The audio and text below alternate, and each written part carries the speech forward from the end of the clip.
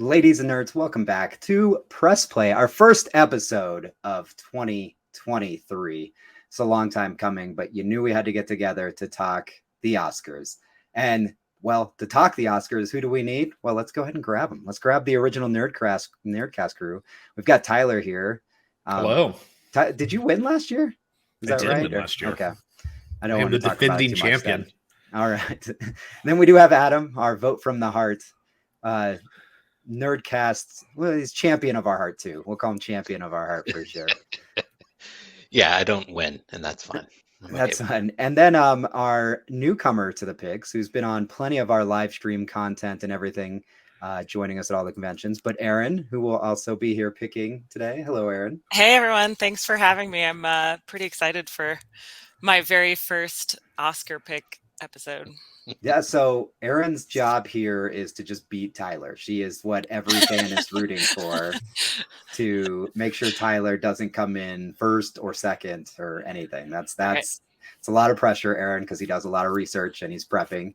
But before we started, and we'll do some mild talking beforehand, but I do just want to introduce that we are recording this ahead of time. So as Tyler was talking about before we started recording, we just are coming off Producers Guild. We haven't even had the Screen Actors Guild yet. So we are still shy of some other awards that help us do our predictions. So even though this won't air till the week before, we're recording a week earlier, and could impact Tyler could be screaming to us. Well, and this is one of the later. first times ever, because like they've moved so much of the award season of it, but moving Oscars up as much as like the actual Oscar voting for the winners doesn't start for another like 4 or 5 days. Like the ballots don't go out until like March 2nd, I think, this year. So I don't know, honestly. The dates, like you said, the dates have all changed so much. I really don't know. I don't know how I didn't notice this, because we've been talking for about 15 or so minutes. Adam, what happened to your beard? Adam's beard. Like, I mean, I wasn't going to say anything, but yeah, no, I needed to shave it off. I had some medical stuff going on, so just keeping it trim, keeping it tight right now. That's all. Okay. I don't know. I now that I've seen it, I can't unsee it.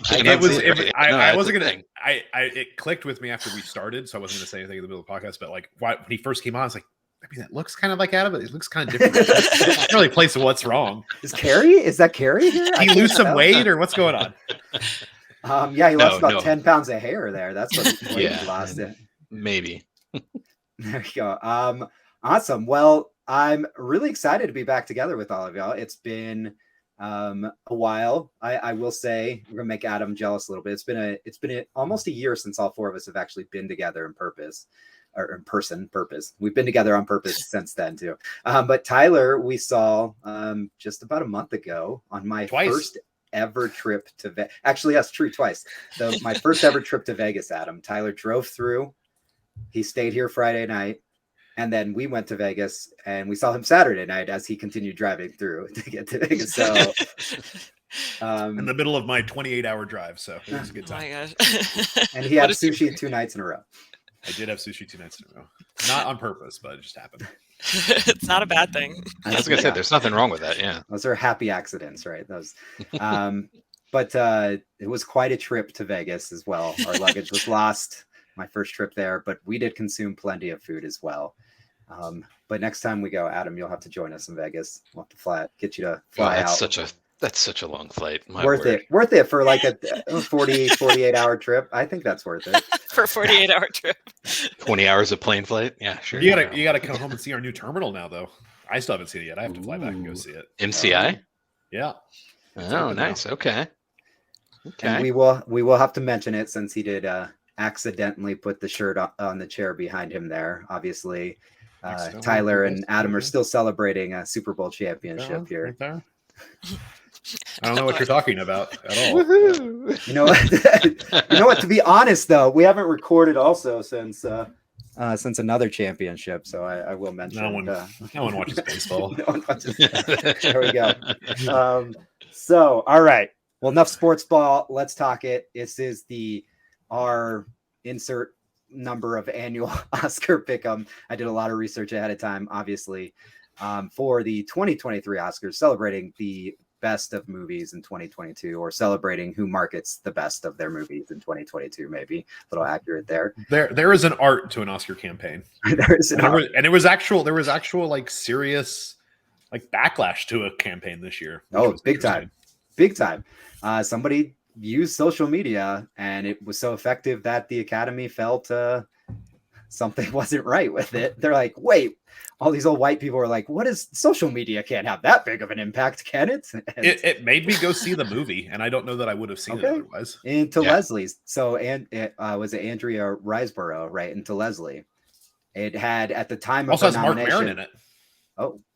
Oh, that's right. Because I did watch the trailer. I didn't see the movie, but I watched the trailer afterwards. But at the time of its her nomination for Best Actress, it had grossed $23,000. Something like that.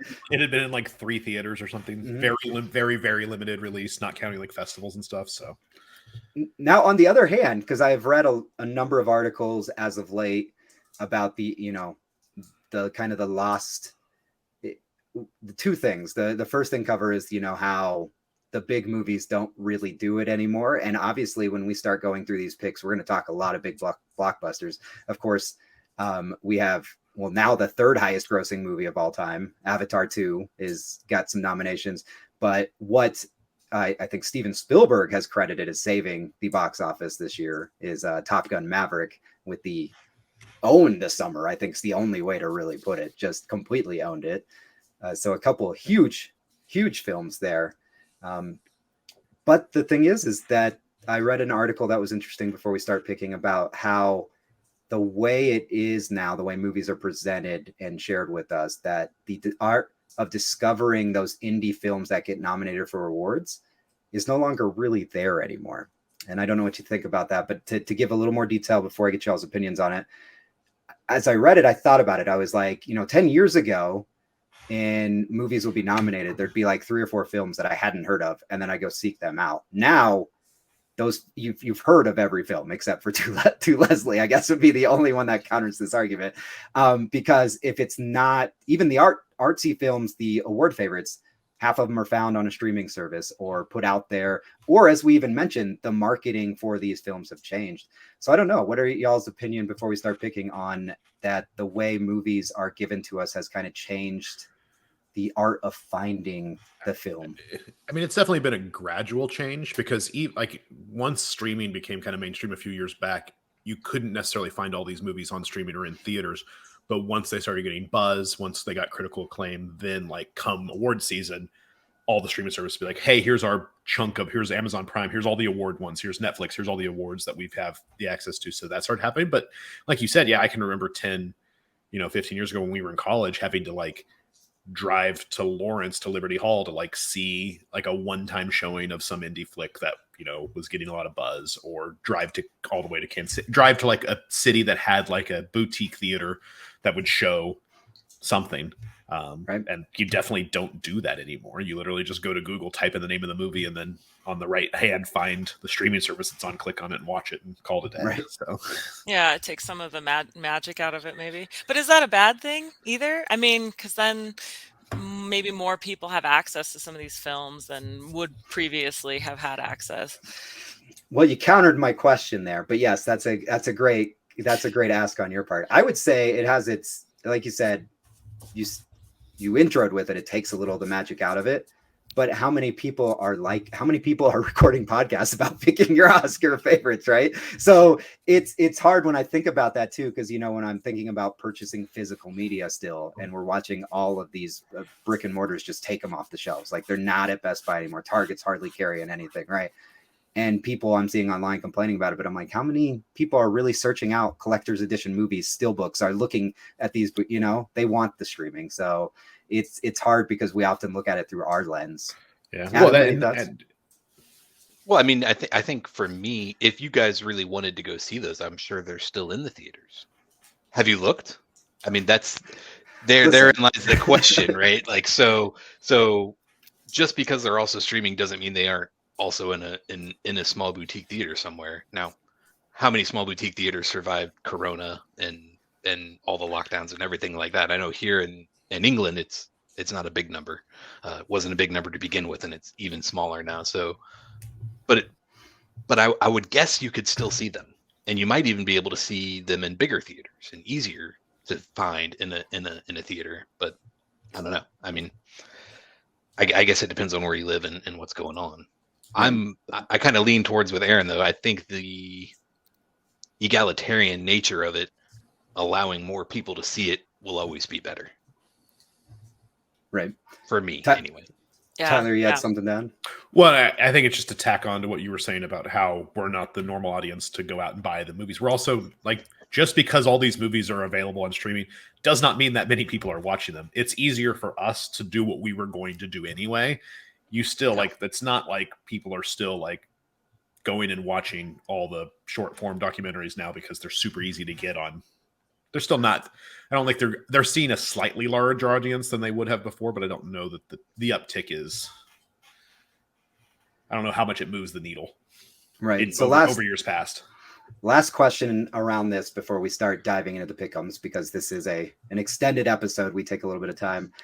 Do you think this is allowing, for Adam and Tyler, y'all especially know, because we've done this now for 8 to 10 years, and there's been coverage of it about a number of these movies don't even get seen by the Academy voters themselves. They're voting based on popularity or hearsay. Do you think this availability on streaming services, more exposure, is actually, I guess we're guessing here, but is the Academy, members of the Academy, actually watching more? Or are they pretending still?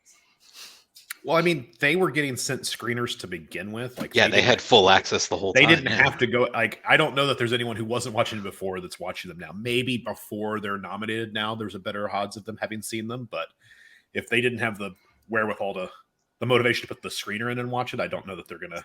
So maybe have to boot up Netflix for it, or right. Yeah, so you might have more of the nominations. PAs that are watching, maybe. What was that one year where that copy got out there with Ellen's name on it, and it was her PA who leaked it or something like that? So, anyways, all right, let's do this. Let's cue that beautiful theme music for the episode. And there's a graphic going on here, and I'm making this all cool, not seeing our faces for those of y'all watching video. For those of you turning into the audio, you had to guess about it all, what's happening on the screen, anyways. But we're gonna go into these Oscar pick'ems, and I'm excited. This is fun always. Let me get all my screens ready. I have everything pulled up. What we do quick, and we make them quick because none of us, as you mentioned, have seen a lot of these either. Let's hit up those short films. So let's get these that we usually consider our tiebreakers, our guessers, out of the way. And we're gonna pick on best documentary short first. Normally I would say, Erin, you're new first, but I know you're a little nervous about picking first. So we're gonna make Tyler pick first here. For best documentary short film, we've got The Elephant Whisperers, How Do You Measure a Year, The Martha Mitchell Effect, and Stranger at the Gate. Yeah, I have to admit, I usually try a lot harder. This year, I was really busy during kind of award season. Plus, it's been truncated. I have seen exactly 0 of these, so I'm going to go entirely off of what other like critics awards have been given out and some Vegas odds, and I'm going to go with The Elephant Whisperers. It has the most buzz. It's won quite a few critics city choice award kind of stuff. So feel pretty good about. I feel as good about that as you can about short form documentary in any given year. So, all right, Adam, sir, what are you thinking? Yeah, same strategy as Tyler, and it is the odds on favorite there. The Elephant Whisperers. Because I know absolutely nothing about any of these movies, so that's where I'm at. Erin? Well, maybe I should have gone first because I did a little research, and that was going to be my pick also.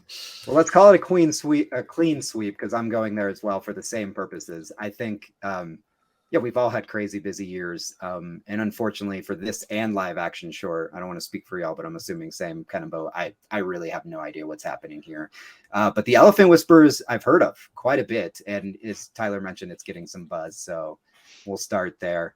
Best animated short. Now, this one's always fun because one thing about that whole mention of these landing on streaming services, I've started to see more of these over the past couple of years because you'll see them.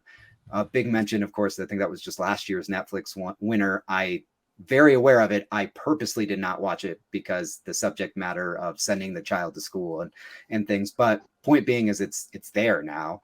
And best animated short has The Boy, the Mole, the Fox, and the House, The Flying Sailor, Ice Merchants, my year of dicks, and Ostrich told me the world is fake, and I think I believe it. First of all, this might be the best collection of titles in any category. That's But easy, yeah. right, Adam, we'll let you start here. Well, picking based on the titles, I am going with An Ostrich Told Me the World is Fake, and I think I believe it. All right. Erin, what are your thoughts for best animated short? This one, I was also kind of looking at what some of the favorites were. I'm gonna go with The Boy, the Mole, the Fox, and the Horse. All right. I was actually thinking The Boy, the Mole. That's the favorites. That again, like The Elephant Whisperers, seems to be if you Google search any of these titles, that's the one that's getting it. Yeah. However, I have read some fun articles on my year of dicks. I want to pick that because of what the content is about, but because the title's a little provocative, this goes back to the older white academy. Are they actually picking it? So I guess I just was going to pick something different and then just changed my right here on air. I'm going to stick safe for now. The Boy, the Mole, the Fox, and the Horse. Tyler, what are you thinking?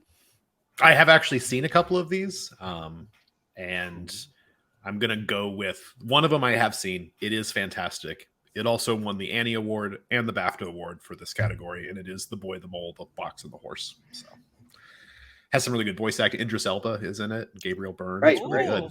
And the book it's based on is a really good children's book. So, if you ever want to pick that up. Right, perfect. All right, so best live action short. Let me get that list pulled up here. An Irish Goodbye, Ivalu Les Pupils, Night Ride, The Red Suitcase. Erin? You get to go first, finally. Le Pupil. I'm not saying that very well. Le Pupil. All right.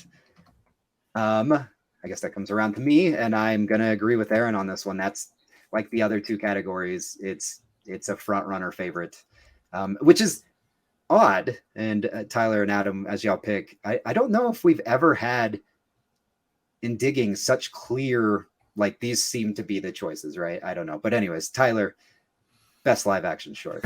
I'm probably going to end up regretting this. I'm going to go off this because there's one that's also gaining some buzz, not quite as much as Le Pupil, and that's An Irish Goodbye. And I also just love that title. So I'm going to go with Irish Goodbye. Irish Goodbye. Yeah, definitely. Adam,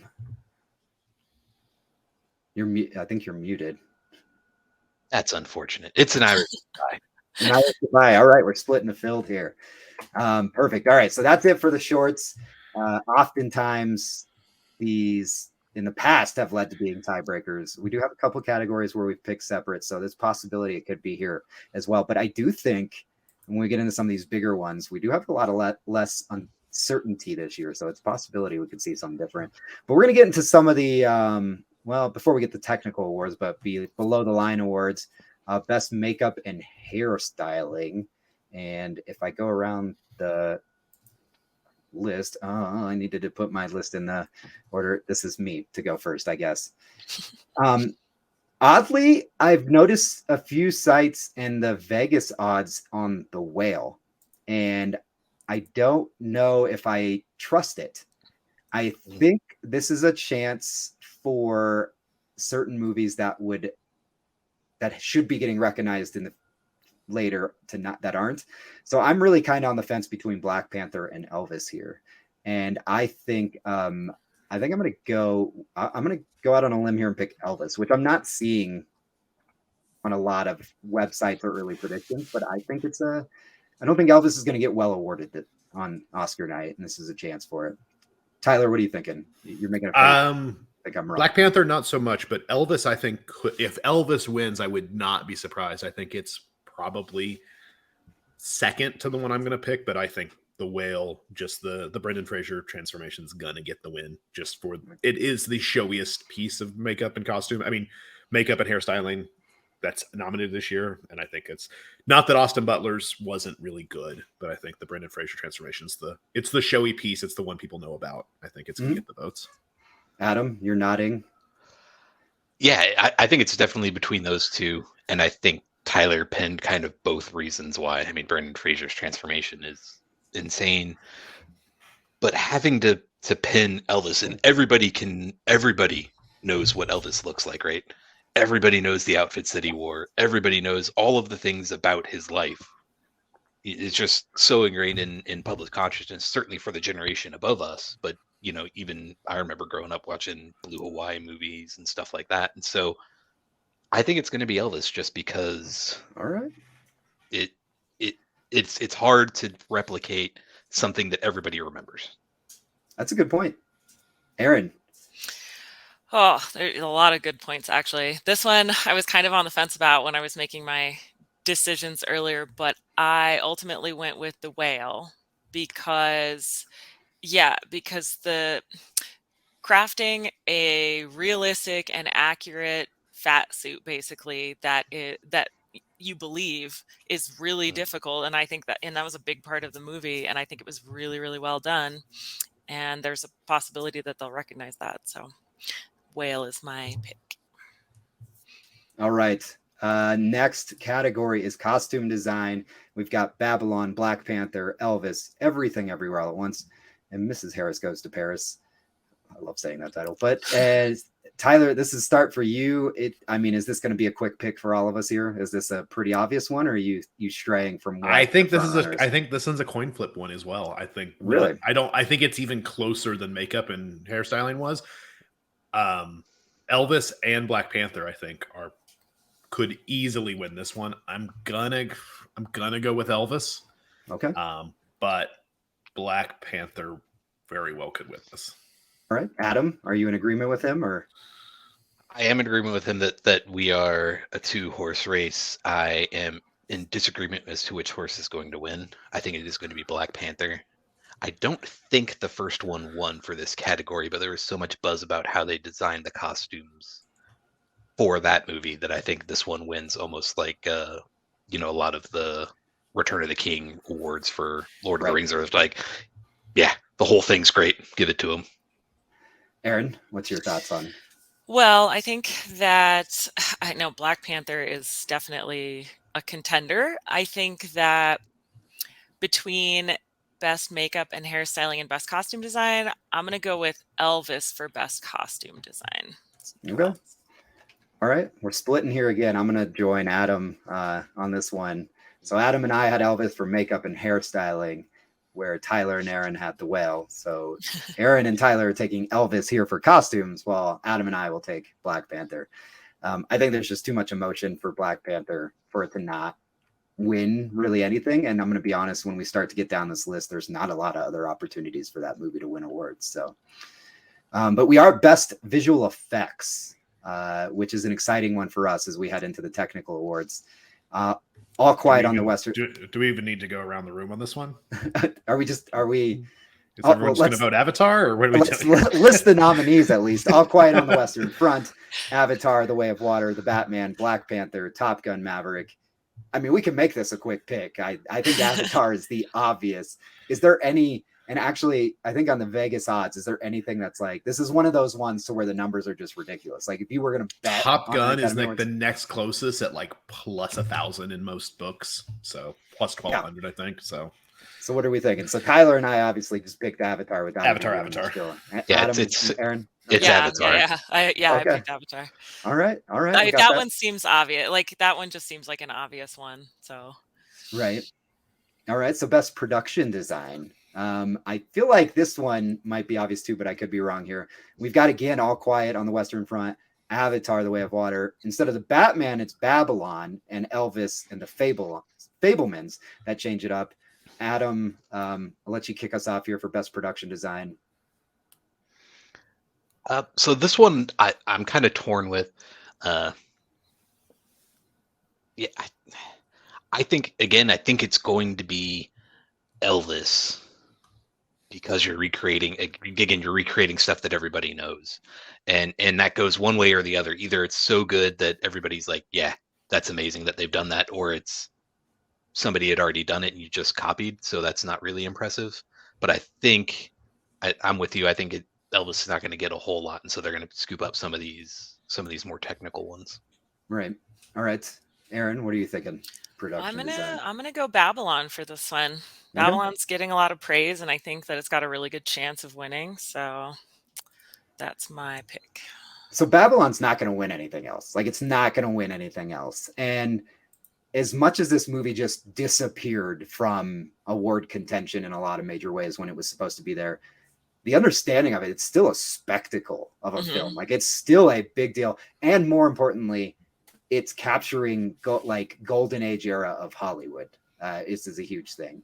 I think Babylon's the pick. However, I do just want to remind that last year I went West Side Story on production design, the only one not to pick Dune, because I thought this is capturing a golden era of something from the past and is a big deal. So I'm going to do it again.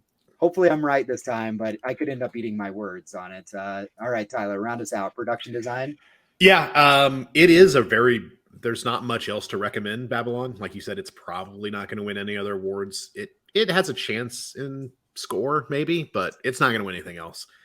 It also won the BAFTA for production design. It also won the Hollywood Critics Association for production design. And I think it won like one of the other big production design. Oh, the Art Directors Guild Award for production design. So Babylon is, I think, the odds-on favorite. Mm-hmm. And also, just like you said, it's not going to win anything else. Like, it's going to be its one trophy. So no, Chazelle is still a favorite in the Academy. And even though his film didn't get much praise, maybe people are still like, oh, that whole La La Land thing for Best Picture. Maybe they're still like, we need to give this guy something. All right. So Best Sound is the next one. For those of you that aren't familiar, what was that, 4 or 5 years ago?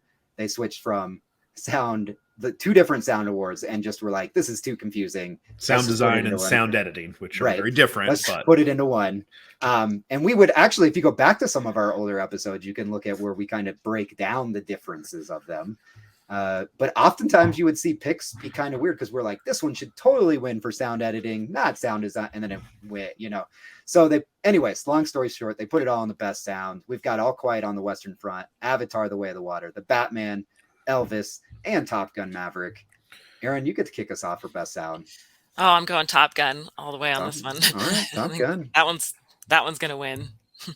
You know what? I'm gonna agree with Erin on this one, partly because I think Top Gun's going to get more wins than I'm probably even going to give it credit for on this vote. There was a lot of love for Top Gun and a lot of love from the industry thinking like you rescued the box office, right? So, and Steven Spielberg going to bat for it before, as Tyler mentioned, ballots are even in, things like that. I think there's a lot of opportunity for Top Gun, but the sound, partly because Tom Cruise is just a wonderfully psychotic when it comes to the detail and realism of things. We get so much of that real jet, like not just the visuals, but the sounds too. Oh yeah. So, yeah. Tyler, what are you thinking? Yeah, Maverick's my pick. It's picking up all the awards that you would expect it to get. And I think, like, you're right. I think it's going to win more than people expect. But this is going to be its first win of the night. Right. All right. Adam, you're nodding. Yeah, it's Top Gun. And technically, sound-wise, it is very good. I mean, it's as, to me, as a slam dunk as Dune was. So, right. I think I'm gonna go back. I kept last year's in here just to be sure. And there was 5 of us that picked last year. We all picked Dune, and it obviously won Best Sound. All right, Best Film Editing. This is where I think we start to get interesting. We get a little harder on some choices here. We've got the Banshees of Inisherin, which is, for all the best way to explain it is seemingly just a very big award darling this year. Like, people see the nominations, everything. Elvis, which we've already mentioned that name how many times now, and to be honest, not a lot of people thought it was going to get into all these nominations and wins. Everything Everywhere All at Once, which took the world by storm, took me by storm, and I left my hot dog fingers downstairs so I can't pull them out for any Everything Everywhere All at Once picks. Tar, which I don't know. It seems to be more about the performances. And then Top Gun Maverick, which we were just praising. I am leading into that because I guess I'm the first one to pick here.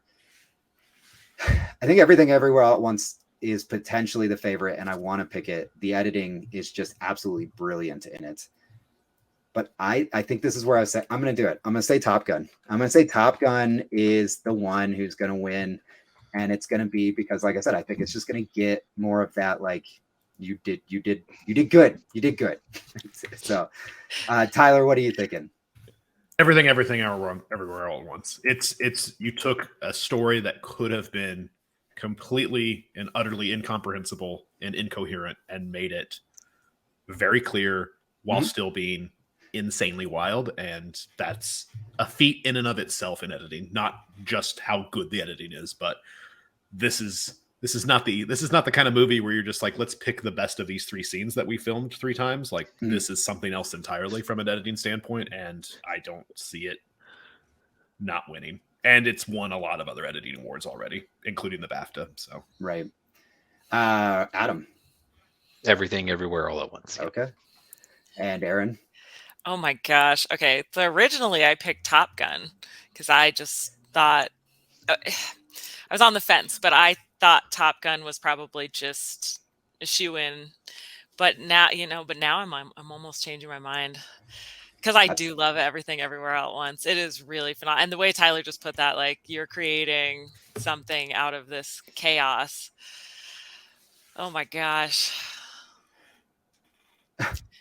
I'm gonna go with Top Gun. I'm gonna stick with my original. Stick with the original. Yeah, I'm gonna regret that probably. I will say I'm gonna regret it too. I'm gonna regret it too because when we get to the acting nominations, I'm gonna say some things about Everything Everywhere All at Once that completely contradicts what I picked here. I do think, in my mind, Everything Everywhere All at Once is the best edited film of the year, and it's exactly what Tyler was saying. It's that movie could have been just a train wreck if not edited properly, and I'll save it for when we get there, but I just think Top Gun's going to get a lot more picks than I was originally giving credit for, so I'm trying to make up for it. Yeah, I also can't beat Tyler if I just keep picking the same thing. That's very true. That's very true.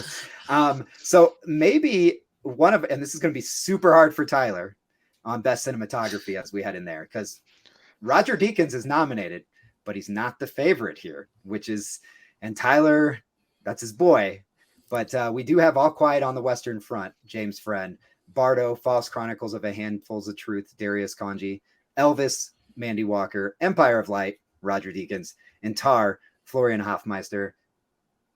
This is we've had a couple we haven't been sure on. This is where I think we really start getting into we're going to see that the back half of this award show this year is going to be really, really tough to pick. It is going to be kind of a wide open field. But Tyler, why don't you give us some thoughts on Best Cinematography?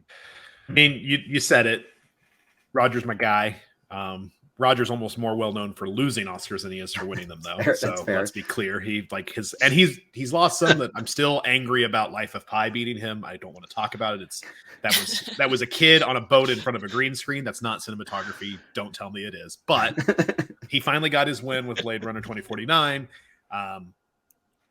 Empire of Light is beautifully shot because everything that Roger Deakins shoots is beautifully shot. No one really saw Empire of Light. I don't know that anyone's going to go out of their way to see Empire of Light. And I also really like James Friend. James Friend is an amazing cinematographer, and All Quiet on the Western Front is viscerally shot. It's insanely well shot, and I think it's going to win in a walk. I don't know that there's anyone else that has a chance to win this one. Adam, you're nodding again in agreement. Yeah, it's All Quiet on the Western Front, and Tyler put it quite well. It is viscerally shot. The way it's shot, you feel what is happening in that movie. It's not just doesn't wash over you. It attacks you viciously. Definitely. Erin, thoughts? Oh, I agree with that. And it's probably going to win. This one, though, I'm completely switching it up, and I'm going to go with my heart. I'm pulling Adam, and I'm going to go Bardo. Bardo. So first of all, I'm just completely switching it up. My thoughts, and first of all, brave on you. I gave you the pressure of having to beat Tyler, so she's picking against Tyler, which brave on you for. And you don't have to hold that mantle. You don't have to hold that mantle. It's all of ours. But Bardo, and we just watched Birdman last night, and Erin had never seen Birdman before, and thinking of it made me think more of Bardo. Bardo, actually, both All Quiet on the Western Front and Bardo both were in my top 10 movies of the year. If you go look at the list on Project Nerd, both were phenomenal, and for the big reason these two were in there is just because of how masterfully they are shot. They are phenomenal. I just think Bardo's a stretch pick. I want it for my heart the same too, because I just think anything Inarritu makes is just so masterfully, shot. But I think, Adam, you won me over with when I watched All Quiet on the Western Front. Like, I had anxiety. In some of those moments. I was just not feeling good. And I think that moment where the tanks come through or the pit scene and stuff like that. And this kind of goes back to what we're talking about with editing, how everything everywhere all at once could have been a mess. you could have totally taken some intensity out of those scenes if you shot them differently, and it was just shot wonderfully. That whole opening sequence, like even. But so I'm gonna stay safe and go All Quiet on the Western Front. If Bardo wins, though, I will cheer it with you, Erin, because It's a great movie. I loved it. I loved Right. it. I also loved All Quiet on the Western Front, though. Right. They are both pretty solid in terms of that. But we're gonna head on over to some music here. Get my list pulled up. First, we're gonna start with Best Original Score. We have All Quiet on the Western Front again, Babylon, The Banshees of Inisherin, Everything Everywhere All at Once, The Fabelmans. I believe, Erin, we're at you to start. I don't know. Maybe. Yeah, maybe. This one was a little harder. I think I mainly just did some research for this one on kind of what the front runners were, and I think Babylon has a really good chance. Okay. So I'm gonna go Babylon for this. Keep it safe. All right. I will. Oh, I think actually that was Adam's first go, but we'll switch back to the next one. You'll get song. I'm next. I love Justin Hurwitz so much. First of all, just because of La La Land alone, like I just give him every score award you can. I just think, I don't know. This one's hard. This one I think is closer than it's going to be. I'm going to stick with Justin Hurwitz because I'm just going to go listen to La La Land after this. That's all it's going to be. Tyler, what are you thinking? Yeah, I think this is Babylon's one other shot of winning. Basically, as it is Justin, it is a very good score. I wasn't sold on it, but then it kind of started sweeping all the other awards. It won the Golden Globe. It won the Critics. Oh, it didn't win the Critics. It won the Golden Globe. Won a bunch of Film Society ones, and it won one other big one. I think it did. It didn't win the BAFTA, but it did win the Golden Globe. Golden Globes are usually a pretty good indicator in this category. It's a really good score. Justin Hurwitz is hard to bet against. I don't know which other one I would pick if I didn't pick him. Not that any of them are not all. They're all good, but I don't. Right. There's not another one that stands out like this one does. All right, Adam. Yeah, it's Babylon for your production design reason. It just fits the period and what they're trying for, and that's something I think Hurwitz does really, really well. Is match the music to the feel. So I think that's easy. Perfect.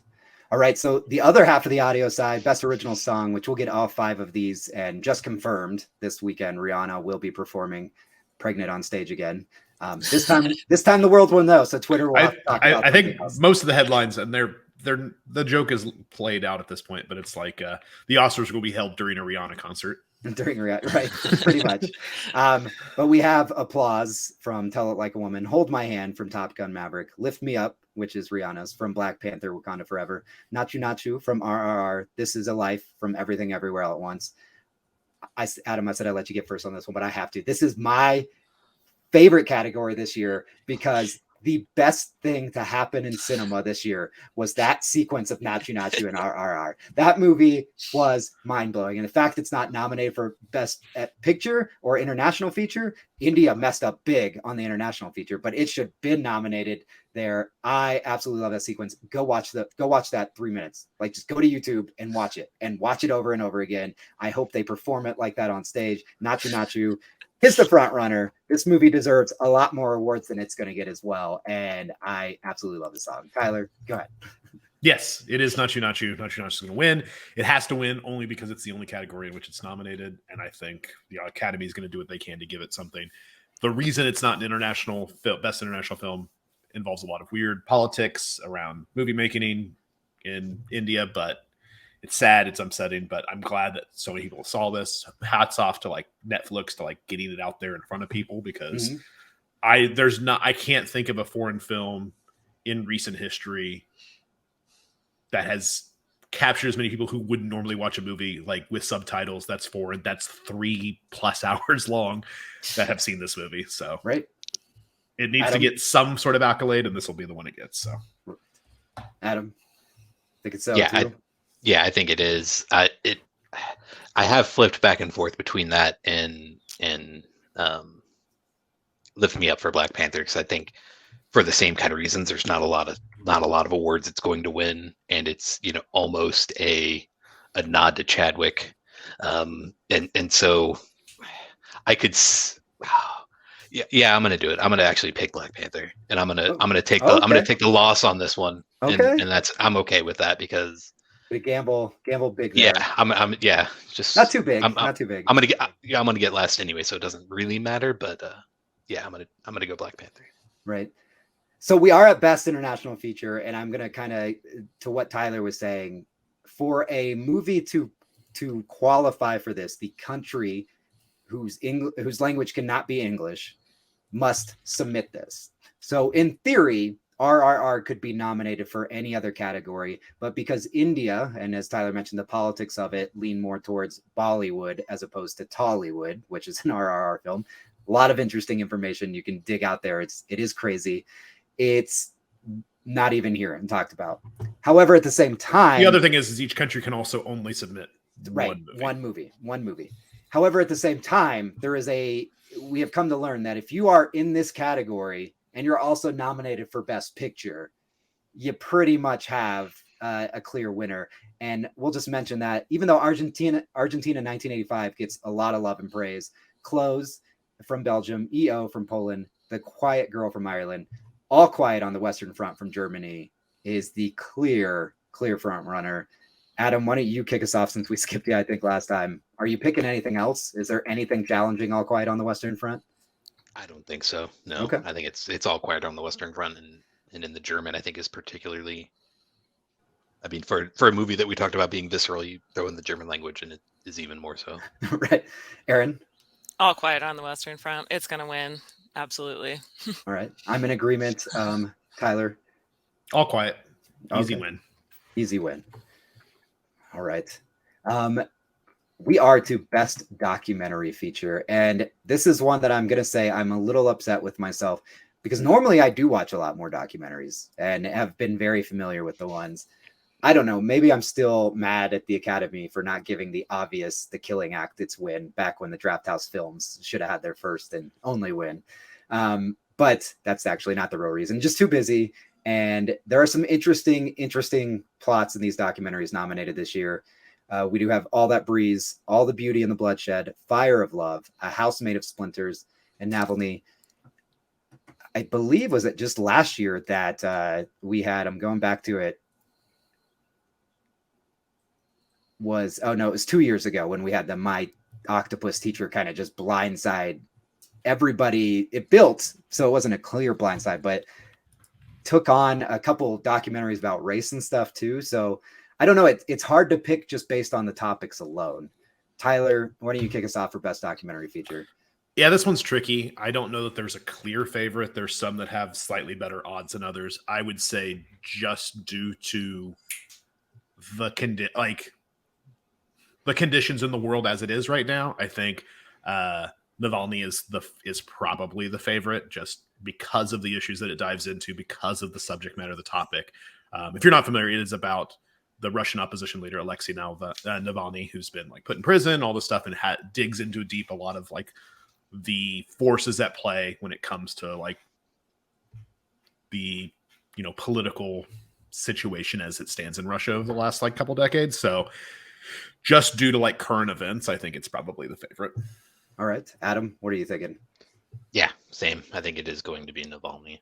Okay. Hard to beat that subject, especially as we just eclipsed the year anniversary of the Russian invasion. So, all right, Erin. Those are fair points. I unfortunately didn't see most of these, but I'm going to, because documentaries are my jam. But I was reading up on it, and I think that All the Beauty and the Bloodshed has a really good chance of winning. So I'm going to actually go for this one. Well, I was going to go All the Beauty and the Bloodshed as well, just because it seemed but I think Adam just convinced me we did just hit the 1 year mark. Ukraine, the voting is just starting. I feel right now there's going to be good old Vlad out there in Russia is not a favorite in Hollywood right now. So I'm gonna stick with the guys on this one. But All the Beauty and the Bloodshed, I feel could be the other one that possibly wins. So we had the Best Animated Feature, which is the most confusing thing in the world this year, because first of all, one of the most charming and unique and cute movies of the year, Marcel the Shell with Shoes On, is nominated here. However, Avatar: The Way of Water, which has more animation and effects on screen, is not, and is nominated for Best Picture. It's weird, but I don't think it's going to matter anyways, because if we have a handful of categories like we do every year where there is a very, very clear favorite. And as I go through the nominees, y'all might know which one that is. And there's Guillermo del Toro's Pinocchio, Marcel the Shell with Shoes On, Puss in Boots, The Last Wish, The Sea Beast, and Turning Red. Puss in Boots got a lot of love there at the end, and my son still hasn't shut up about it. And he's Obsessed 18. with it. He's not 10. He wasn't the target audience. Saw it like right? 4 or 5 times. But Adam, where do you think this is going to land? Or do you think there's any challenger for Del Toro here? No challenger for Del Toro. He perfect movie for him. Perfectly done. Yeah, easy. Erin, I know I watched this without you and got in trouble. So what do you think? Well, as much as I love Marcel the Shell with Shoes On, it's hard to say. I'm going to go Pinocchio because I want to win. That's fair. Listen, fine.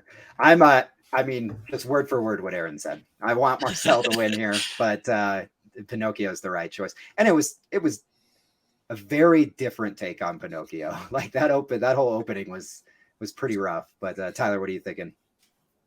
Marcel the Shell with Shoes On was a lot of fun. It also made me feel really old when the number of people I spoke to who were not familiar with the original like YouTube shorts from when like Marcel first hit the scene, which I was like, wait, you don't remember that this was? I'm really old, but I really actually liked all these movies. They were all pretty fun. I think if you haven't seen The Sea Beast yet on Netflix, it's surprisingly good. It's really fun. Netflix keeps coming out with these like sneaky ones that no one really watches because no one really watches things on Netflix anymore, and it's really fun. But Guillermo was going to win. Pinocchio was really good. It's going to win in a walk. There's no competition there, right? And you're bringing up memories of last year where Mitchells versus Machines should have totally won Best Animated Feature. Yes, but listen, the Sea Beast is not as good as Mitchells versus the Machine, but it is a lot better than the number of people who have probably seen it. I'll put it that way.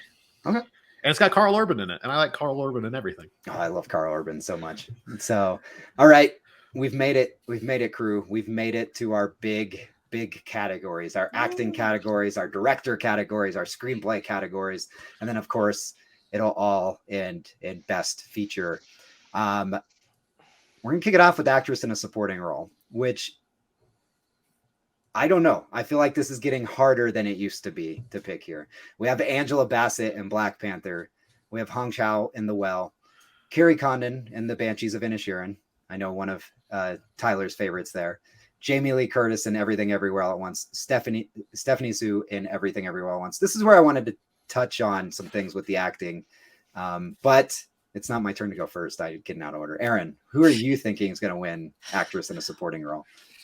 Well, personal choices. On a personal level, I really liked Hong Chau's performance in The Whale, actually, very much. Stephanie Sue and Everything Everywhere All at Once. I think she did a great job. I don't think those are going to win. I think Angela Bassett's going to win. Okay.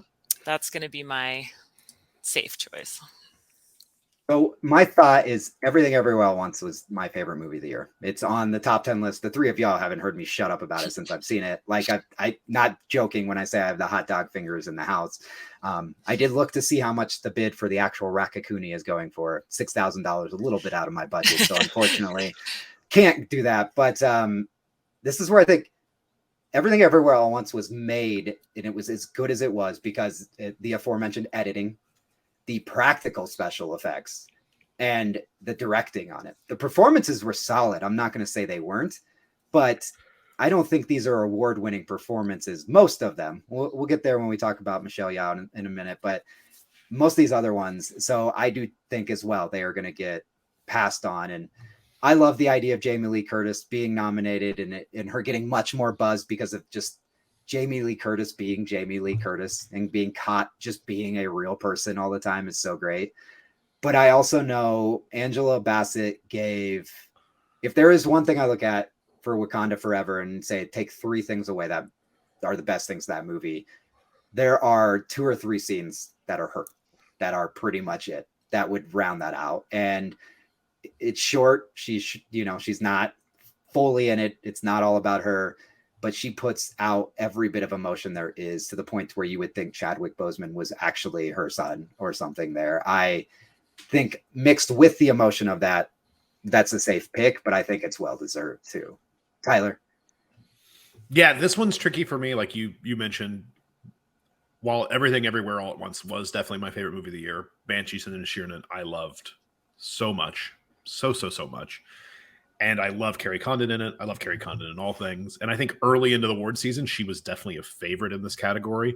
As the season has gone on, it has narrowed a little bit with, I think, Angela Bassett passing her. This is one of those ones where we talk about where we're doing this and where the Oscars fall. That's doing. I think after tonight, when the SAG Awards go out, I'll be able to tell you with 100% who's going to win this award. Until then, I'm kind of flipping the coin. So I'm going to go with Angela Bassett. If Angela Bassett wins tonight, she is going to win the Oscar. If Carrie Condon, or honestly, if anyone else wins the SAG Award tonight, I think Carrie Condon might win the Oscar. So okay. Adam, there's a lot of nodding after Tyler's choice. Well, I go after him every time, and as much as I don't want it to be the case, he makes a lot of good points. It's really annoying. It really is. No, I mean, you mentioned it as well. That scene at the UN or NATO or whatever it was for Angela Bassett, the you can feel the passion and the intensity of her acting for such a small role. It's easily the most memorable in the entire movie. And so I think it's going to be Angela Bassett. Well, very, very well deserved. Okay. Actor in a supporting role. And I think the supporting roles are going to be a little bit easier to pick. And I do agree with Tyler. We might see some more clarity. This one might be the easiest of the 4 acting ones, though. For actor in a supporting role, you have some really solid ones. Brendan Gleeson in The Banshees of Inisherin, Brian Tyree Henry in Causeway, Judd Hirsch in The Fabelmans, Barry Keoghan in The Banshees of Inisherin, and Ke Huy Quan in Everything Everywhere All at Once. First of all, can we just talk about Barry Keoghan in that movie? Like, he is just, I love every bit of him. And to know that he stumbled into a audition is what got his acting kicked off after being passed around as an orphan is just heartwarming. And his performance, I don't even understand half of what he said right when he said it, but that's what made it even more charming. But I think, and rightfully so, it's great to see him back, and it's great to see everybody praising Quan for Everything Everywhere All at Once. I think this is an easy choice for the win. If he doesn't win, I wouldn't be heartbroken, but I feel like it's going to be him. And Tyler, what do you think? Yeah, it's going to be Ke Huy Quan. Like, I think it's going to be, I think of the 4 acting categories, I think this is the one that's kind of most settled right now as far as like buzz, as far as other awards that have been handed out. And it's just been like this resurgence, this victory lap that he's been able to take after dropping out of the business, after not being able to get any work after 2 huge movies to his credit, and then coming back, and then just like all the love. And I mean, he's impossible. You listen to any interview with him, he's impossible not to just, he's so delightful. So he will definitely win this. So all right, Adam's holding up his hard hand there. Yeah, it's an easy choice. I really want it to be Barry, because I think in some really strong performances in Banshees, he holds his own against unbelievably established actors in Colin Farrell and Gleason. But it's not going to be him, unfortunately, as much as I want it to be. Erin, are you making this clean sweep here? Yeah, I have to. Yeah, I also really like Barry and have this. I wish that he would win, but he's not going to win this category. But I loved him in that film. Even in the Eternals, like, he was like steps ahead of everybody else. Like, it was just, so I don't know. I want to see more of him for sure. He's a very interesting looking person. He falls into that category of like a, now I'm blanking on anyone that I would put in this category, but he's, you notice him, but like the movie I first remember him from is the Killing of a Sacred Deer. If you've never seen that movie, go back and watch it. He's so good in it, and it's such a good film. All right. Keegan Love all the way around. We'll just have to do a whole episode on it. Actress in a leading role, though. This was Cate Blanchett's for Tars to lose.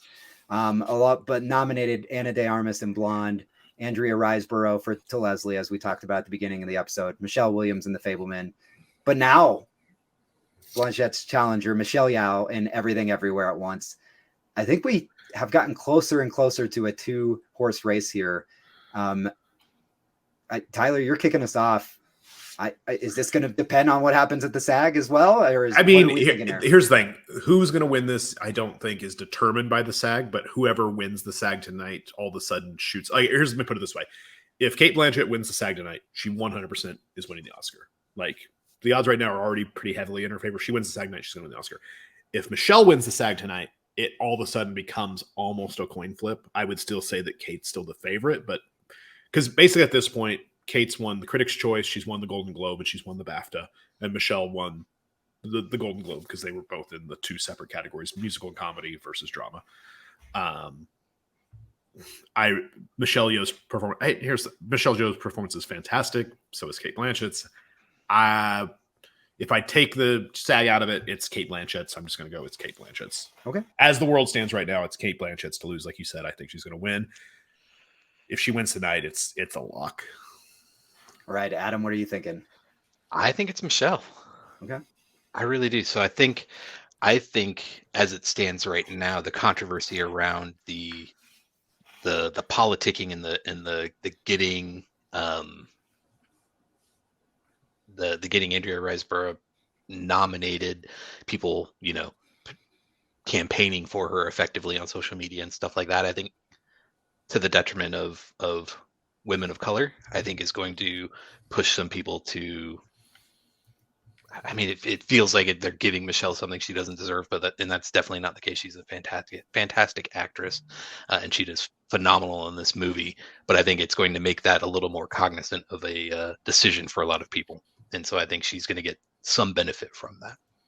All right, Erin, the gentlemen are split on this one. Where are you thinking? Oh, that's hard. I think that Kate Blanchett has a very good chance of winning, but I'm gonna go Michelle Yeoh. It's a personal choice. It's a personal favorite for this one. And I think that she has a really good chance of winning too. So hopefully. Everything about me wants to pick Michelle Yeoh here. And she has built so much steam. And again, a big part of it's thanks to Jamie Lee Curtis, his viral sensation at the Golden Globes. Yeah. I just don't know. It seems like since the moment that movie was first screened at film festivals, Tar has not been talked about in any other aspect other than Blanchett's performance. And I know we've gotten so far away from it, but it would, at the end of the day, when you look at the history of the Academy Awards, biopics it's biopics. They love when you portray somebody very well. And I want to pick Michelle Yeoh, but I'm going to go a little safer here on this one and stick with Blanchett and split the field. So Tyler and I will take Kate while y'all take Michelle. I'm rooting for you guys, kind of. Depends how close the score is at this point in the night, but other than that. All right, actor in a leading role. This one has also gotten much more complicated as we've gotten closer to it.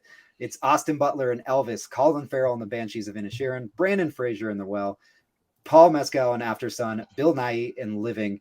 Those first three, Butler, Farrell, Fraser, have all won something. They've all won something for it. And not that he's probably going to be in this race, but Nighy's getting a lot of love in Living. And I think in any other year, this might have been a chance for him. Adam, what do you think about this field? Who's going to win? It's solid. That's what I think about this field. I mean, it is tough, and you're absolutely right. I don't think Nighy will.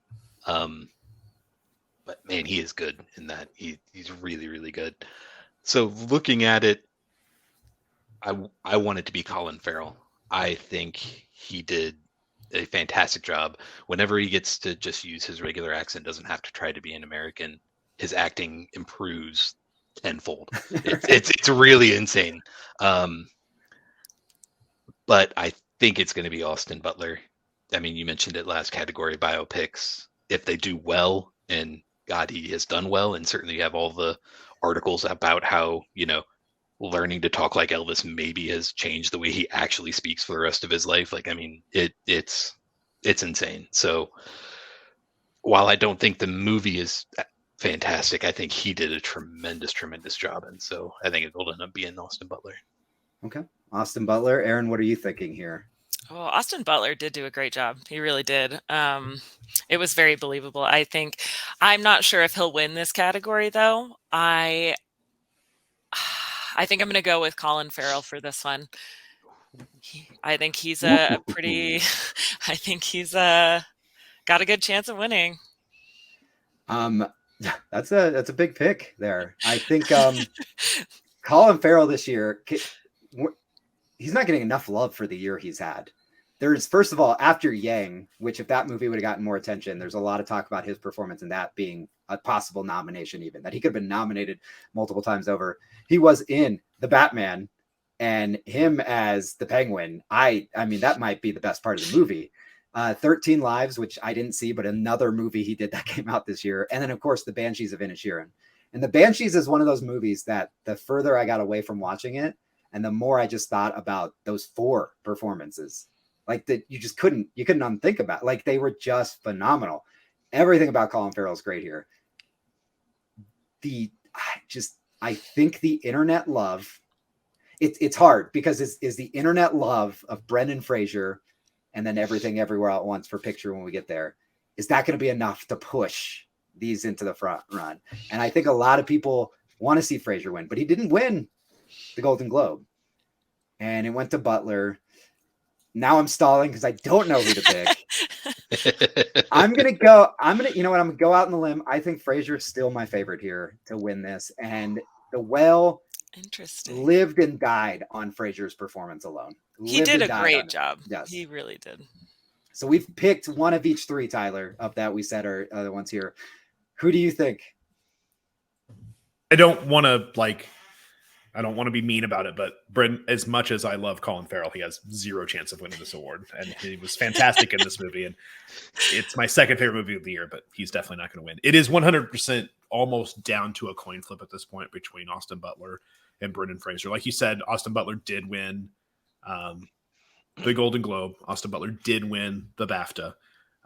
Brendan Fraser picked up the Critics' Choice Award, which is a big one. Like that's a pretty big indicator in these sorts of things. Can we also indicate, though, too, the Golden Globe normally, when it comes to acting categories, starts to give you a good idea. Let's not forget, though, Fraser was boycotting the Globes. He made public comments about the Globes ahead of time. 100%. So, and a lot of his reason he didn't work regularly for a very long time was due to problems with someone who is very well. It's a whole thing. If you're not familiar with the story, like fairly dig into it. But he did win the Hollywood Critics Association. He did win the Critics' Choice Award. And I hate to say it, I've done this all night. It's only because we're picking on the day of the SAG Awards. Whichever one of them wins tonight, I bet you is going to win the Oscar. At this exact moment, I feel like God damn it, I have to go with Austin Butler, and I don't really want to, but I have to go with Austin Butler. Okay. And that's not like a dig against Austin Butler. He's phenomenal in that movie. And you guys all know of everyone in this room, I'm by far like the biggest like Baz Luhrmann apologist in the world. Even though I didn't love Elvis, like I've got Baz Luhrmann's back every day of the week for anything he decides to do. But yeah, it's got to be Austin. All right. We are to Best Director, and we have Martin McDonagh for the Best Banshees of Inisherin. We have Daniels for Everything Everywhere All at Once, Steven Spielberg for The Fabelmans, Todd Field for Tar, and Ruben Östlund for Triangle of Sadness, which, by the way, was a oddly weird, fantastic film that is another one that people should see. I think we are at Erin for first pick here for director. Spielberg, the early favorite. Daniels, they're creeping up there. I don't know. What do you think is going to happen here? Tough to go first on this one. This one was actually really hard. I think that my heart wants Everything Everywhere All at Once to win. I want Daniels to win. I think that Steven Spielberg still actually has a pretty good shot. I didn't love The Fabelmans. It was fine. I wasn't blown away by it, but I think that he has a good chance to win this category. I'm going to just go with Steven Spielberg. I'm just going to see what happens. Right. As much as Tyler talks about being a Luhrmann apologist, everybody here knows how much I love Martin McDonagh as well, which is shared here too, I will say. Like, he is fantastic.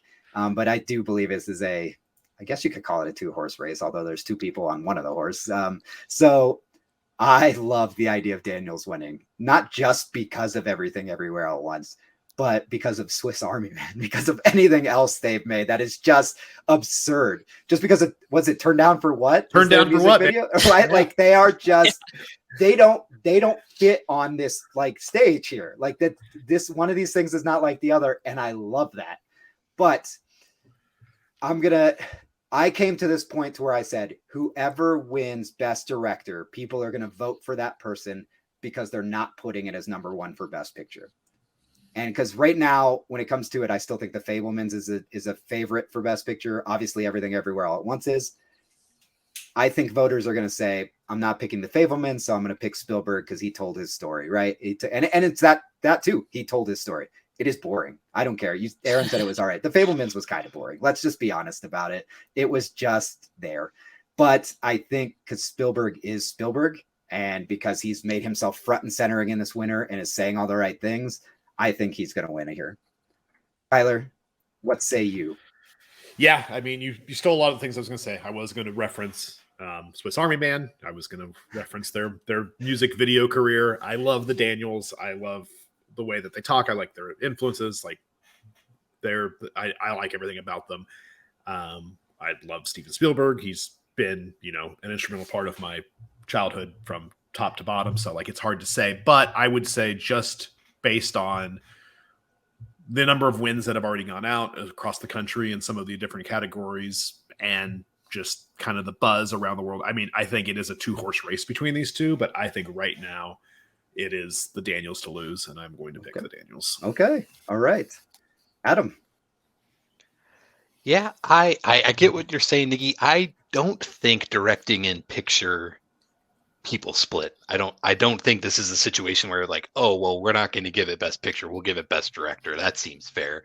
I don't think they do that. I think the big six, effectively, the acting and picture and director are held almost sacred in the Academy.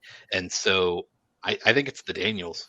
I really do. That movie, for all the reasons we talked about with editing, the directing they could have asked them to do too weird of a thing or not weird enough to fit the moment, and they got it spot on, I think, throughout the entire movie. And so yeah, I think it's going to be the Daniels.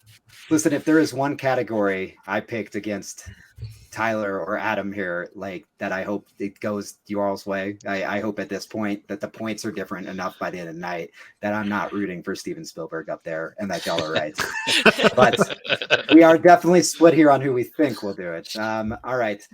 We are to the screenplays, and these are more the splits where I get what you're saying, Adam. I think a lot of times people will pick screenplay in lieu of picking Best Picture, even though it's completely different. And Erin and I had a long talk about this week about screenplays, and I think a lot of times the Academy doesn't treat screenplays the way they should treat screenplays. Definitely not adapted. Right. They don't treat it very well on the writing side. We have some amazing movies over these next three categories, screenplay and Best Picture. I feel like every year I'm kind of shocked more and more that the type of movies the Academy picks in these that I'm like, these are solid. These are solid, like top of the line movies. And we'll start with adapted screenplay. It's All Quiet on the Western Front, Glass Onion, A Knives Out Mystery, Living, Top Gun Maverick, Women Talking. I wrote an article for Project Nerd that already went out this year, and the 5 things the Academy needs to do that I didn't think they would do. And one of them was pick for adapted screenplay, All Quiet on the Western Front. But I don't think they'll do it. And I think it's because we're going to go back to that whole Russian subject matter with documentary. I think Women Talking has a very important subject here, and it's a big deal. I think that's going to be the winner, and it is the front runner right now. Not to sway anybody else's choices. I'm sure y'all already have them, but I think it's Women Talking. Tyler?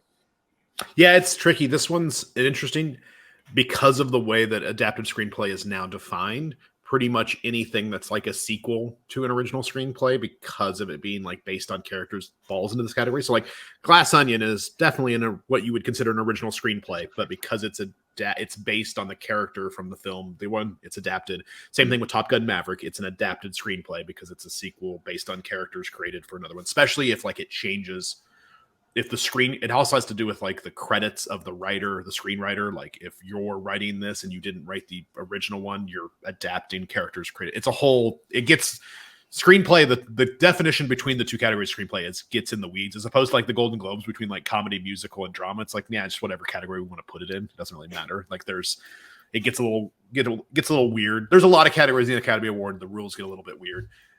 So like Top Gun, Maverick, and Glass Onion, I don't think don't have a chance regardless, just because of that weirdness and the type of movie. Living's not going to win. It's foreign language. It's a whole thing. It's just not going to do it.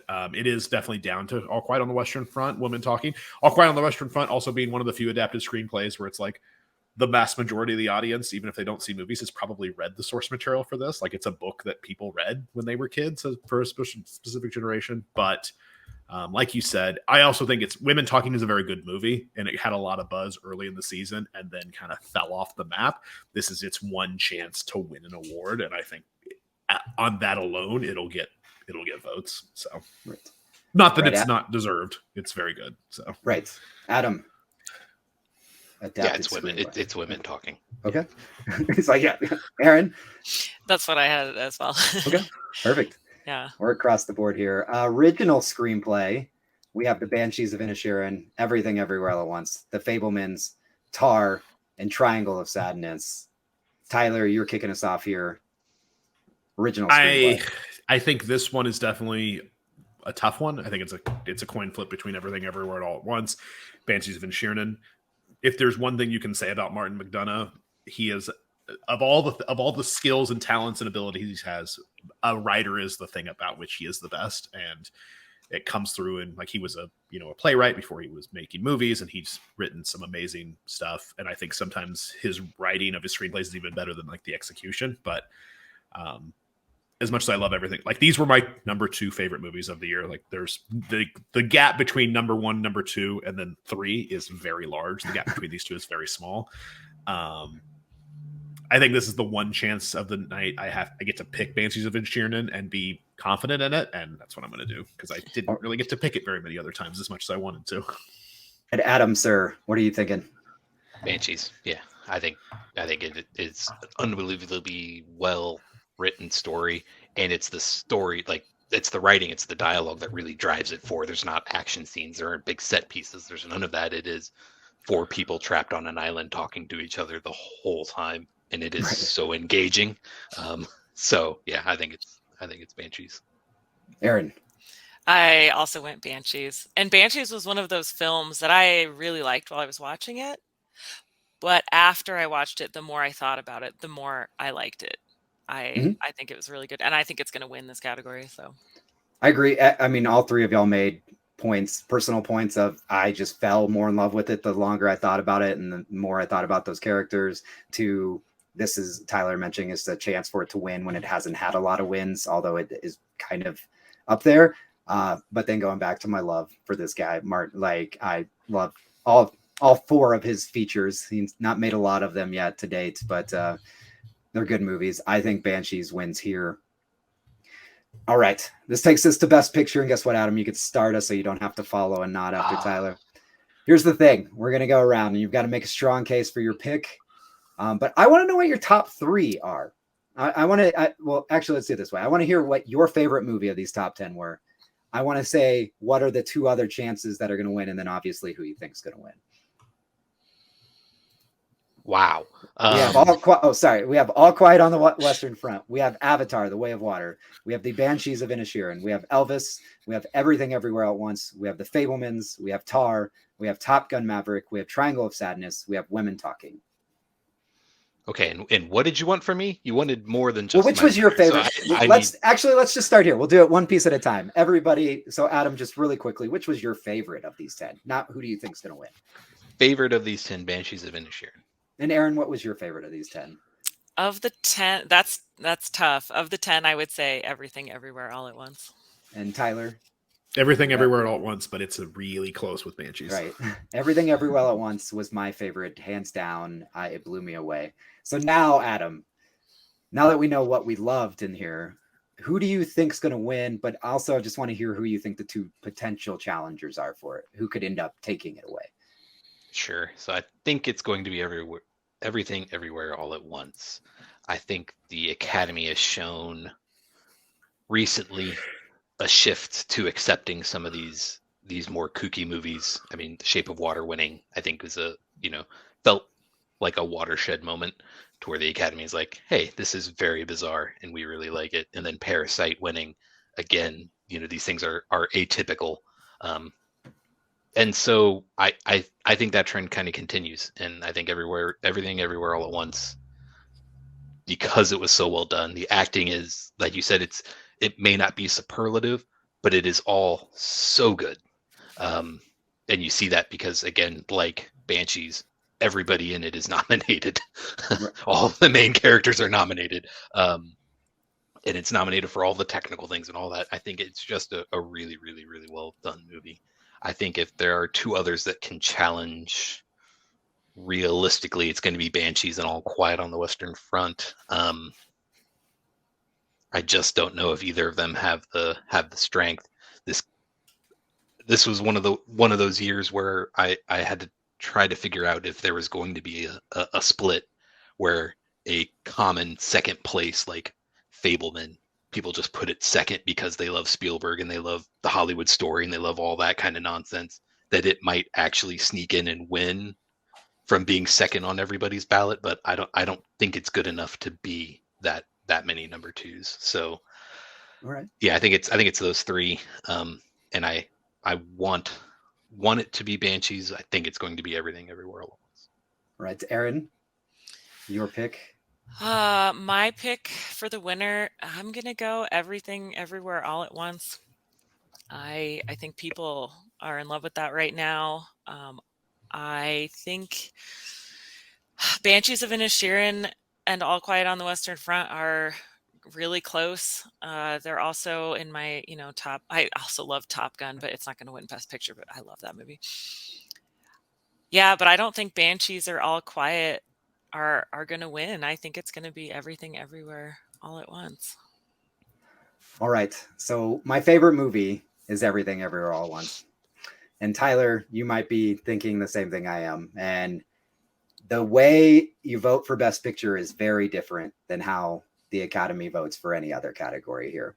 And it's ranked choice voting, which I think is great in politics, because when you're picking from three turds, which turd is the best, of that. But I think here it causes a lot of times to where that outstanding movie that's a little bit of a riskier pick doesn't always win. Listen, Coda, which I didn't see till after the Academy Awards last year, was phenomenal, and I cried. But I do want to remind that none of us, the five of us that competed last year, picked Coda to win Best Picture. I actually we were all over the place. I picked Belfast. Adam and Tyler both picked Power of the Dog. Let us not forget the Green Book beating Roma and Black Klansman.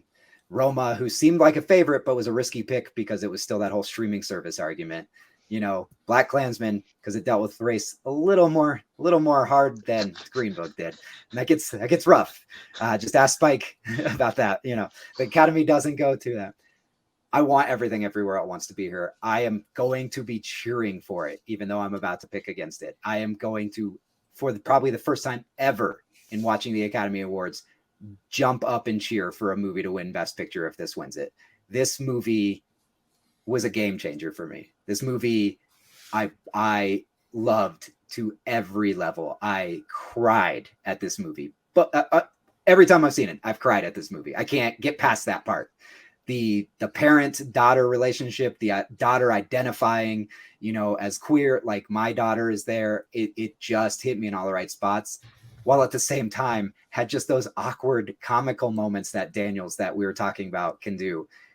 And I think of the things, the making of it. I've watched the special effects stuff to where he just walked down New York with his cell phone to capture it to where that's the video, or they just dragged her on a chair with a fan blowing on her hair. Everything about it makes it phenomenal. And I want this movie to win. And I think this is our number one challenger to what will be it. But I think, Adam, I'm going to go with where you were leading, but you said you don't think it is. I think The Fabelmans, Steven Spielberg and The Fabelmans is the safe choice, and everybody's ballot is going to have it in the top three, unfortunately. And I think Banshees of Inisherin and Everything Everywhere at Once is going to split and it's going to allow the Fablemans to creep up in there. That's what I think. So I think it is those three, the Fablemans with Banshees and Everything Everywhere All at Once challenging it. And God, I hope I'm wrong. But you gave it a mouth. If that happens, I'm flying to Denver and punching you. All right, Tyler, what do you got for us? So it was my favorite movie, and I think it is going to be Everything Everywhere All at Once. I think its number one challenger is probably Banshees. I think All Quiet probably has a little bit of push underneath it, but because it's going to win Best Foreign, it's not going to. Yeah, the way they've changed the voting for Best Picture, the fact that it gets nominated by everyone in all 17 branches of the Academy gets to vote for the nominations, and then everyone gets to vote. Everyone gets to vote for everything once the nominations are in, but this is the only one where everyone gets to vote on the nomination. I don't know. I don't think there's any way at this point in the process, based on kind of where everything's fallen, where Everything Everywhere All doesn't win. But like you said, because of ranked choice voting, something can sneak up on it. I think the one that I want to give more attention to, just because I think it's almost become a joke, because we've talked about all these other movies to some extent, but this one we've really only talked about Tom Cruise. For all intents and purposes, whatever else you want to say about it, Top Gun Maverick was still a really, really good movie. It's a really well-made movie. The other four we've mentioned, that's also one that could have a chance. It could sneak in there because it is just so.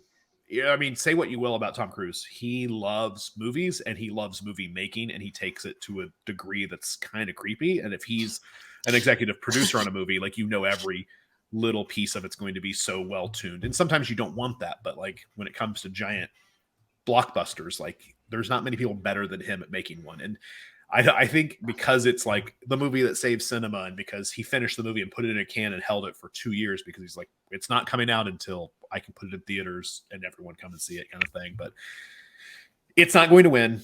Neither is All Quiet, neither is Banshees, and neither is Fablemans.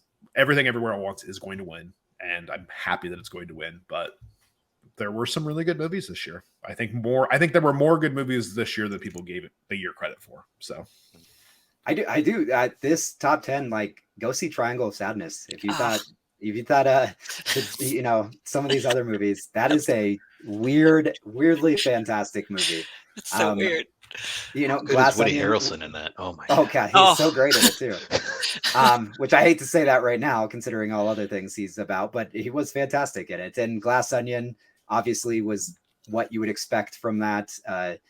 We think of some of these other ones. I haven't seen Living, but as we mentioned, Bill Nye is supposedly incredible in it.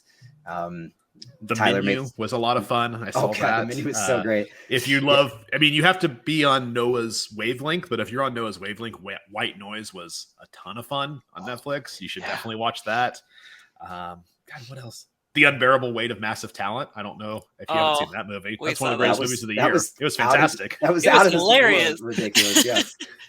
No, I think a lot of, and is one we talked about, Best Song, and unfortunately is not sitting in Best International Feature. I don't care if you're not a big fan of India cinema. RRR is the most absurdly phenomenal thing I think I have seen in a long time. And it just was an eclectic style of movies this year. So I don't know. I'm excited. It felt like movies were back in so many different ways after a couple rough years, and excited to see what we get this year too. All right, crew, we picked ahead of the SAGs, unfortunately for Tyler. I know he was there. I think there's enough differentiators, enough differences through the ones here that we're going to have a clear winner. No ties. We'll see who it is. What's the one movie, now that we've picked them all, what's the one movie, and it's not The Unbearable Weight of Massive Talent as much as I'd like it to be, what's the one movie that came out at some point, probably earlier in the year, that was on all the radars for all the awards and then just fell off the face of the planet? What's the one you remember being like, man, this is going to be big in award season, and then just disappeared? I know which one mine is. I'm just trying to curious what everyone else's was, if everyone has one. I don't think they came out too early, but I think they had pre-buzz to a level, and I can think of two of them. One of them was Bardo, and one of them was Babylon. They both came out in the right time of award season, but I just think they got lost in the mix and weren't as wonderful as their pre-buzz was to a lot of people that would decide it.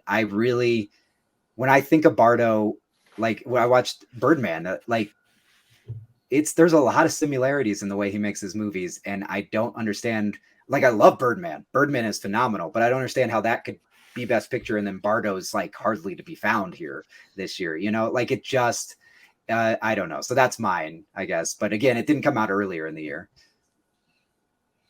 Yeah, mine were definitely, and this one, it didn't turn out to be as good as I had hoped, and I think it got overshadowed by all the drama. But the two I had were "Don't Worry, Darling." I think a lot of people expected more from that, and then the big one though I think was The Woman King. Just kind of fell off the award season, right? Like just fell off the table after a couple early nominations. So, Adam and Erin, do you have anything missing? I don't know if I have one that was missing. I did really enjoy Amsterdam, and when you saw everything coming out with it to begin with, like you look at that cast, David O. Russell, you're thinking, okay, here we go again. He's just gonna pepper everybody throughout the nominations, and it didn't happen with anything. Like it didn't get nominated anywhere nearly. But I thought it was fun, and I enjoyed that movie, and I expected to see something somewhere, and just nothing at all.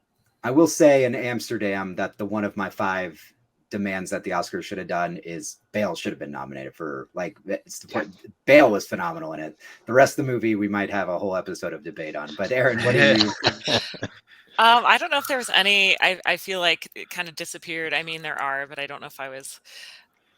I mean, there was a couple movies that came out. The Woman King, yeah, I do remember hearing about it, and then just kind of didn't show up. Oh gosh, I love The Menu. That wasn't going to be nominated for anything though. So good. I liked Don't Worry, Darling. I don't know if it would have been a contender for any of these awards, but I actually liked it.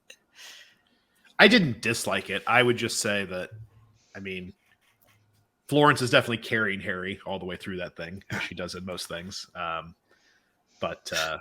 I am one of the, we talk about being apologists for things. I'm one of the biggest Chris Pine stands on the planet. Like, you put Chris Pine in a movie and I'm here for it. I love him. I think he's fantastic. And I don't think he gets enough credit for as good of an actor as he is. And I'm as ashamed as I am to say it, I'm so excited to see him and Michelle Rodriguez in Dungeons and Dragons. It looks fucking awesome. I do want to mention before we close, one, Chippendale Rescue Rangers was just the right bit of nostalgia too. And then one thing that it would have never been here too as well, but just another movie as I was looking at my list that people should definitely check out is Brian and Charles. I love Brian and British Charles. independent feature that was pretty fantastic. Oh, it made me so sad. I think I cried. It's like embarrassing. It was adorable in all the right ways too. Go watch Bullet Train. Just have some fun. God, I love Bullet Train so much too. Yeah, so many good movies. But if you want to check it out, go ahead.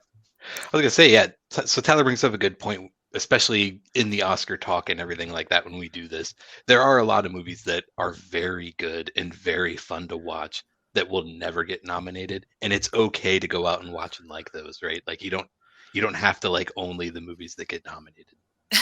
Right. That's fair. No, two we've brought up, The Menu and Bullet Train, are in the tops of they were both in top 10 mine this year. They were fantastic. But I am going to wrap us up. You can head on over to projectnerd.com. That's project-nerd.com to check out some of our end of the year wrap up articles. And by I mean some of ours, I mean mine. You can see my favorite movies of the year. And I did have some Oscar demands pre-nominations, and unfortunately not many of them stuck. We are getting Nachu Nachu for best song though, and I hope it wins. Other than that, stay tuned to watch the Oscars. We'll be on our Facebook page to post some of the results to see who wins here. In the past, when we were all in the same city, we used to require the last place bought the first place donuts, I think it was. And I don't know. We'll have to think of something when we come back together. Right. Venmo some donuts. There you go. Oh, money for donuts. Okay, that makes sense. But I do want to call attention to, we are back. This is Press Play. We are going to start getting some more episodes out there regularly, as well as on Project Nerd. You can also check out Two Guys in One Film returning this month as well. And of course, we already have My Funny Friends back, not to mention whole series, as well as the G-Spot returning this summer. So head on over to Project Nerd, search for Project Nerd wherever you listen to your podcast, and of course over on YouTube, where you can catch all of our fun video content. But that's it for this Oscar Pick'em, our pretty long episode. I think we finished earlier than we have the past couple of years. So just going to say it, we did pretty good. But signing out, I'm going to put my hand over my microphone for some reason, but signing out for all of us. Until next time, nerds.